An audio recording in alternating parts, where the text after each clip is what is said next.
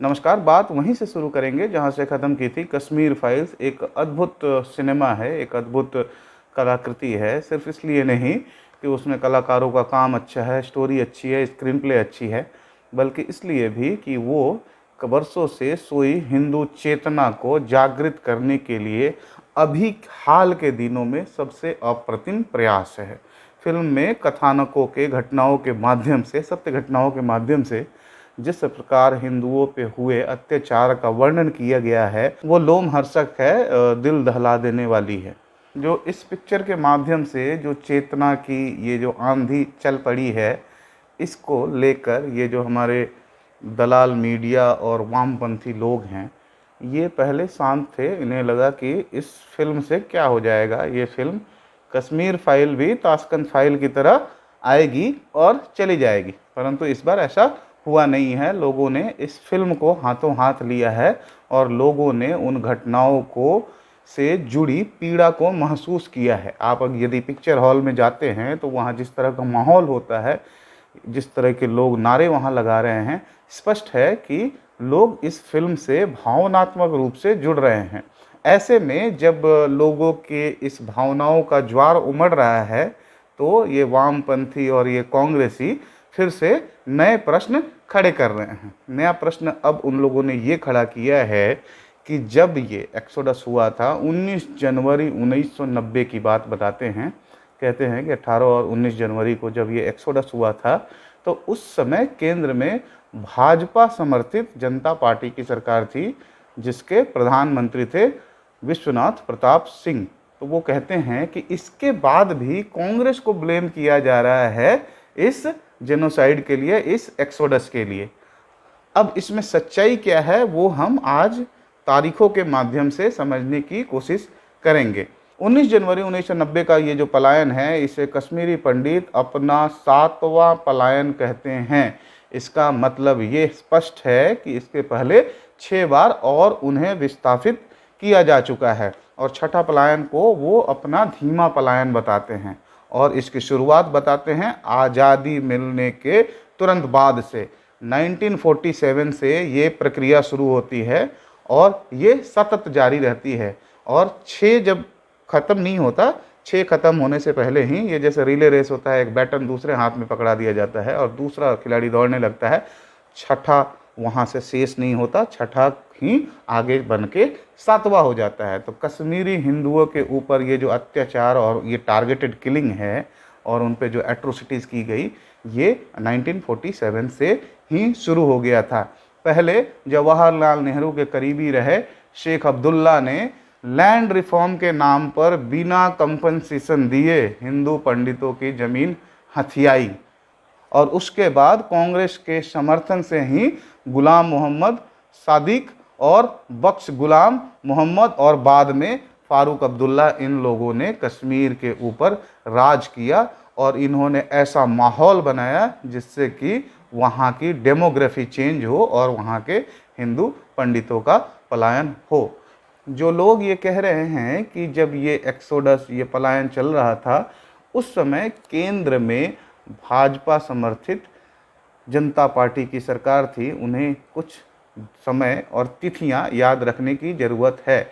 2 दिसंबर 1989 को केंद्र में भाजपा समर्थित जनता पार्टी की सरकार बनती है। कब बनती है? 2 दिसंबर 1989। इसका मतलब ये है कि इससे पहले जो सरकार थी वो किसकी थी? वो सरकार थी राजीव गांधी की। और कश्मीर में किसकी सरकार चल रही थी? कश्मीर में कॉलिशन की सरकार चल रही थी, फारूक अब्दुल्ला और कांग्रेस पार्टी की। जो ये एक्सोडस बताते हैं, ये 18 जनवरी 1990 और 19 जनवरी 1990 ये 2 दिन की घटना नहीं है। मैंने आपको छठे एक्सोडस के बारे में बताया है और 7वां उसी का रूपांतरण हो गया और उसमें इंटेंसिटी बढ़ गई। दूसरा आरोप लगाते हैं कि ये आरएसएस माइंडेड एक व्यक्ति जगमोहन वहाँ के गवर्नर थे और उनके देख रेख में ये पलायन हुआ और किसी हद तक वो इस पलायन के लिए जिम्मेदार हैं। आप थोड़ी सी टाइमलाइन को समझने की कोशिश करें। 19 जनवरी और 18 जनवरी 1990 को सबसे भयानक घटनाएं हुई हैं, सबसे ज़्यादा पलायन हुआ है। 17 जनवरी 1989 को फारूक अब्दुल्ला वहाँ के चीफ मिनिस्टर के पद से रिज़ाइन करते हैं। उसी दिन जगमोहन को वहाँ का कार्यभार दिया जाता है। 18 जनवरी 1990 को जगमोहन जम्मू पहुँचते हैं और उसके बाद 19 जनवरी को वो चार्ज लेते हैं। और ये जगमोहन ही थे जिनके चार्ज लेने के बाद 21 जनवरी को इस्लामिस्ट आतंकवादियों की भीड़ जो हिंदू बस्तियों की तरफ बढ़ रही थी उस पर गोलियां चलती हैं, 50 आतंकवादी मारे जाते हैं और 100 से ज़्यादा घायल होते हैं। और उसके बाद ये जो मास टारगेटेड अटैक हो रहा था वो रुक सा जाता है। एक बात और बड़ा इंटरेस्टिंग है, वो जान लेने की आवश्यकता है कि ये जो जगमोहन थे इन्हें पहली बार वहाँ का गवर्नर नहीं बनाया गया। जनवरी 1990 में उनको पहली बार गवर्नर बनाया गया था 1984 में, और 1984 से 1989 तक, जुलाई 1989 तक वो वहाँ के गवर्नर रहें। इस बीच जगमोहन कहते हैं कि उन्होंने 16 पत्र अपने अंत के कार्यकाल में राजीव गांधी को लिखते हैं और वो कहते हैं कि यहाँ पे कश्मीरी पंडितों के ऊपर टारगेटेड अटैक्स हो रहे हैं, किलिंग्स हो रही हैं, रेप हो रहे हैं, मास मर्डर की घटनाएं हो रही हैं और ऐसा लगता है कि ये पूरे के पूरी घाटी के मुसलमानों ने ये कश्मीरी पंडितों के खिलाफ जिहाद छेड़ दिया है। परंतु राजीव गांधी इस पर कोई एक्शन नहीं लेते। जगमोहन कहते हैं कि 1600 से ज़्यादा घटनाएं वो डॉक्यूमेंट करते हैं, उनकी रिपोर्ट करते हैं प्रधानमंत्री ऑफिस को, परंतु राजीव गांधी वहाँ पे कोई भी एक्शन नहीं लेते हैं। तो क्या इनके जो इनएक्शन था राजीव गांधी की, केवल 2 दिन अगर वो सरकार में नहीं होते हैं, भाई 22 नवंबर 1989 तक तो आपकी सरकार थी, उसके बाद वो जो बीपी सिंह की सरकार आती है वो आती है 2 दिसंबर 1990 को। तो आप कहते हैं कि सारा का सारा मलबा उनके ऊपर डाल दो, जबकि सारी पृष्ठभूमि और सारा खेल कांग्रेस और कांग्रेस के सपोर्ट से कश्मीर में चल रही अलग अलग सरकारों ने और मुख्यमंत्रियों ने बिल्कुल प्लान तरीके से किया है। तो इस पाप से आप अपना पीछा नहीं छुड़ा सकते। अब वो ज़माना चल गया कि आप जो कहेंगे लोग आपको फेस वैल्यू पे ले लेंगे। वैसे भी कांग्रेस पार्टी के किसी भी नेता को कोई भी व्यक्ति फेस वैल्यू पे नहीं लेता। आप जो भी कहेंगे उसकी छान फटक होगी, और जब उसकी छान फटक होगी तो इस तरह से आप बेनकाब हो जाएंगे। 2 दिसंबर को जो सरकार 2 दिसंबर 1989 को शपथ लेती है, उसको आप 17 जनवरी 18 जनवरी की घटनाओं के लिए जिम्मेदार बना देते हैं। लेकिन उसके पहले ये जो स्लो एक्सोडस चलते रहता है, यहाँ तक कि आपकी सरकार रहते रहते जो पहली हत्या होती है वहाँ पे, वो सितंबर 1989 में टीकालाल टपलू की हुई थी। वकील साहब थे और भारतीय जनता पार्टी के सबसे बड़े नेता हुआ करते थे जम्मू और कश्मीर में। उनकी हत्या तो सितंबर 1989 में होती है, उस समय भी आपकी ही सरकार थी। नवंबर 1989 में नीलकंठ गंजू हाई कोर्ट के चीफ जस्टिस नहीं, हाई कोर्ट के जज थे, उनकी हत्या होती है। उनकी हत्या की जिम्मेदारी किस पे डालोगे? जब 2 दिसंबर को भारतीय जनता पार्टी आती है, उसके बाद जनवरी की जितनी घटनाएं होती हैं सबका मलबा उनके सर पर, तो तुम्हारे सर पे क्या? तो इस तरह की लॉजिक नहीं चलेगी।